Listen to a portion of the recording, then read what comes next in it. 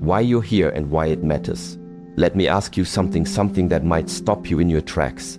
Have you ever wondered why you were chosen for this particular battle? Not chosen in some whimsical cosmic lottery where life hands out participation trophies. No, I mean chosen in the rawest, most unfiltered way possible, the kind of choice that feels like chaos crashing into your world without warning or mercy.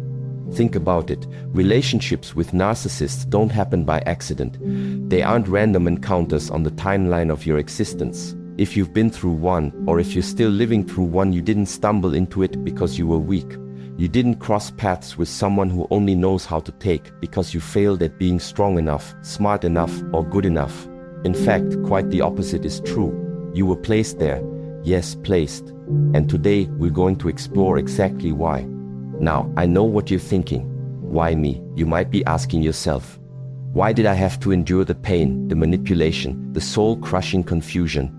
These are valid questions, ones that deserve answers far beyond the surface-level explanations people often throw around. But here's the thing. What if I told you there's a reason behind all of it, a truth so powerful, so life-altering, that once you hear it, you'll never look at your experience the same way again? This isn't just another self-help pep talk designed to make you feel better temporarily. This is deeper. This is about transformation. This is about understanding that every moment of heartbreak, betrayal, and emotional turmoil wasn't meant to destroy you. It was meant to awaken you, to rebuild you, to show you who you truly are beneath the layers of conditioning, fear, and self-doubt. So buckle up, because what you're about to discover will shock you. Not because it's outrageous or unbelievable, but because it cuts straight to the core of who you are and why you're here. By the time we're done, you won't just see your past differently, you'll start seeing your future clearly too. Because the journey doesn't end when the relationship does. It begins. And let me assure you, this isn't coming from me, Shi Heng Yi, out of thin air.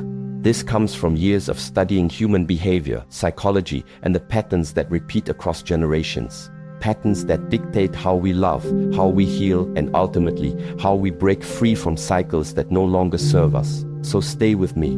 Keep watching. Because what you're about to learn has the power to change everything, not just for you, but for everyone whose lives you touch moving forward. The moment you stopped seeing yourself clearly, there's a moment in life, a fleeting, almost imperceptible shift that changes everything. Maybe you missed it. Maybe you brushed it off as insignificant at the time. But looking back, you realize it was the beginning of the unraveling. The moment when you slowly started forgetting who you are. It doesn't happen overnight. Oh no, it's much more subtle than that. At first, it's small compromises, putting others' needs ahead of your own, shrinking yourself to keep the peace, ignoring the whispers of your intuition because they felt inconvenient or uncomfortable. Over time, these tiny acts of self-abandonment add up. They chip away at your confidence, your boundaries, your sense of worth. Before you even realize it, you've handed over pieces of yourself, your voice, your power, your authenticity to fit into someone else's mold. You convince yourself it's fine, that you're being nice, that this is what love looks like, but deep down you know better.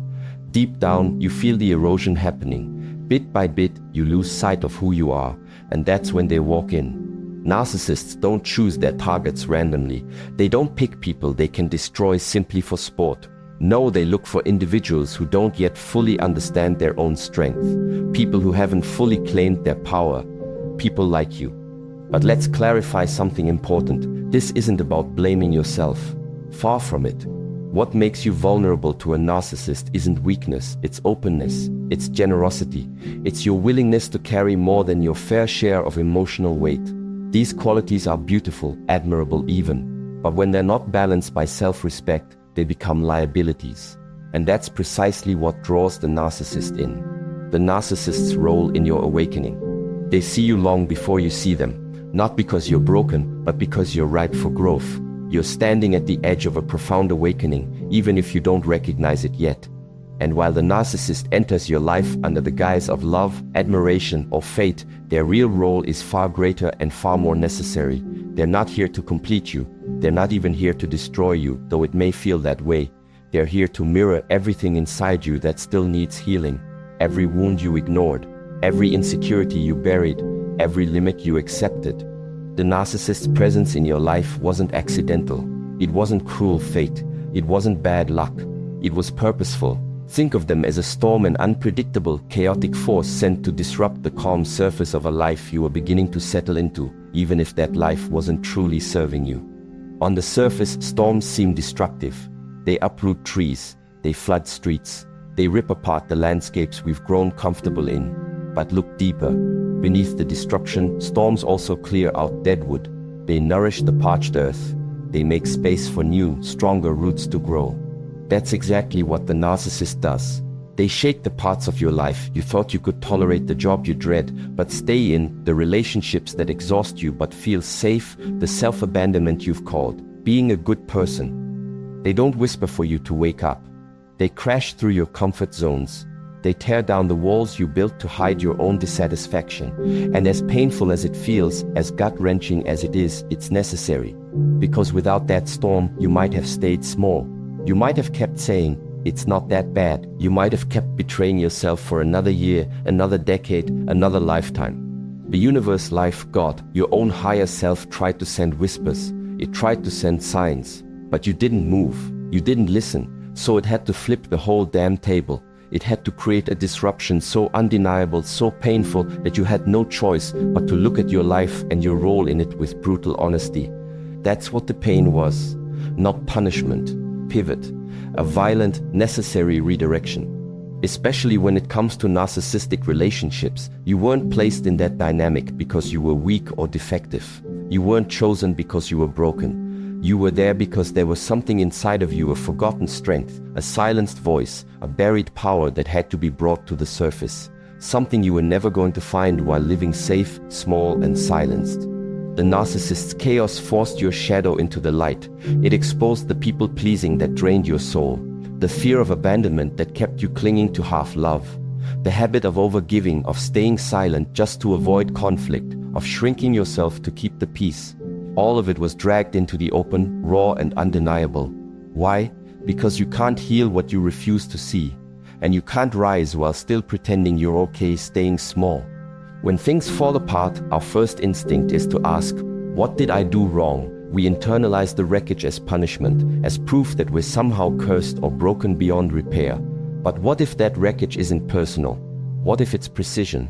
What if every heartbreak, betrayal, and collapse wasn't a punishment at all, but a realignment? Because here's the secret buried beneath the rubble. When life breaks you down to your knees, it's often because you've been standing in the wrong place for too long. The storm isn't here to end you. It's here to push you where you were always meant to go. The narcissist wasn't the lesson. The lesson was you realizing your own power. Realizing you never needed them to begin with. Realizing that what was broken wasn't you, it was the lies you believed about yourself. And now, with everything exposed, with nothing left to hide behind, you are free to build something real. Stronger, clearer, unbreakable.